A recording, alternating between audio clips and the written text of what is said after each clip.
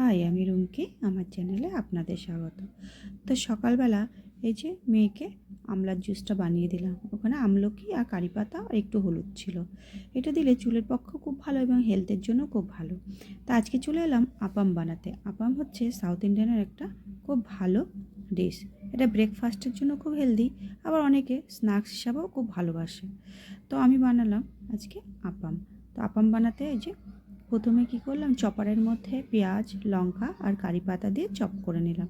এর মধ্যে একটু গাজর দিলে খুব ভালো হতো, কিন্তু গাজরটা যেহেতু ছিল না, তো তার জন্য পেঁয়াজ, লঙ্কা আর কারি পাতা দিয়ে চপ করে নিলাম। নেওয়ার পরে যে ধোসা ব্যাটারটা ছিল, তো তার মধ্যে একটু লবণ দিয়ে ধোসা ব্যাটারটাকে সুন্দরভাবে ফেটিয়ে নিয়ে আপাম যে ডিশটা আছে ওর উপরে তেল দিয়ে ভালো করে গরম করে নিতে হবে, নাহলে কী হবে, নিচে লেগে যাবে আর ওটা উঠবে না।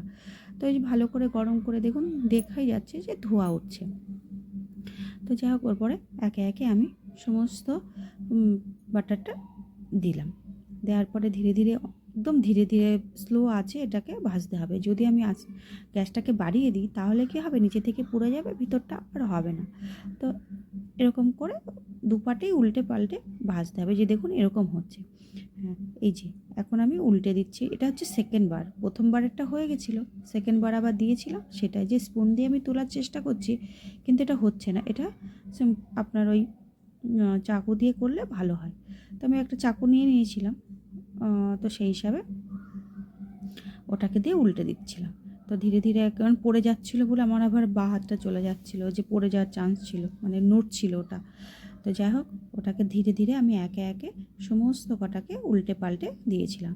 বেশ দু পিঠ লাল লাল করে ভেজে নিয়ে খেতেও কিন্তু খুব সুন্দর হয়েছিল। আর এগুলো খেতে কিন্তু খুব সত্যিই খুব ভালো হয়, কারণ এটা খুব অল্প তেলে তৈরি হয়, হেলদিও, আর ব্রেকফাস্টের জন্য পেটটাও ভরে।